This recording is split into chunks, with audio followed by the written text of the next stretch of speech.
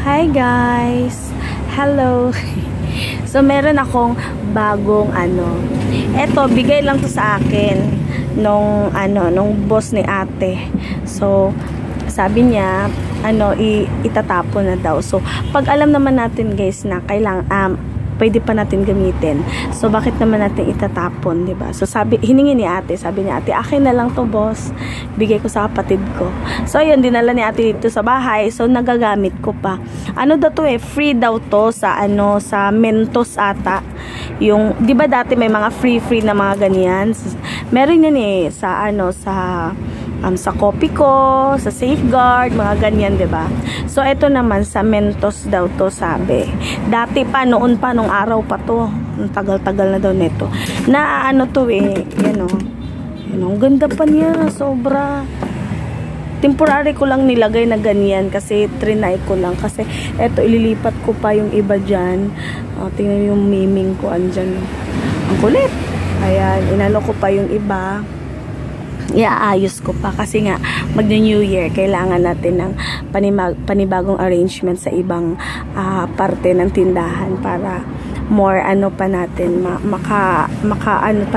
maka-inganyo ba o good luck sa ating tindahan. So ayan, super thankful ako kasi binigyan ako ni ate. So grateful tayo kahit sa mga maliliit na bagay, pero sobrang nakakataba ng puso pag may mga nagbibigay sa atin, 'di ba? As a simple gift. So yan. Ang ganda lang tignan. Trinay ko lang kung okay ba. So yan, para bala ko ilagay diyan. So ito inusok ko muna. Ayan, so yun sa iba kong mga paninda. Kunti-kunti lang yung mga inano ko guys ba kasi alam mo naman, paumpisa na naman tayo sa ating panibagong yugto ng buhay. Ayan, so makikita nyo na ako mga panakot ayan. Ganyan mo siya. Doon naman banda, barbershop yun ni ate. So yan lang. Pati na dito sa gate guys, nilagyan ko na ng paninda para kita talaga. Ganyan siya. So hopefully mapupuno natin to.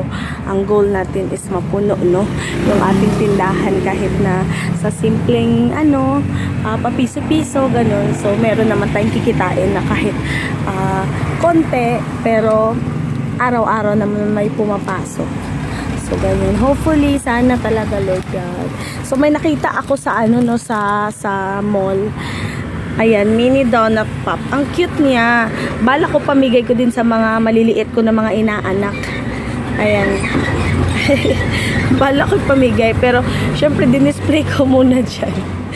Nakukyutan kasi ako kasi pag may bumili, edi bibenta ko, bibili na naman ako ulit para sa pamimigay natin sa mga inaanak, diba? Ang cute lang niya.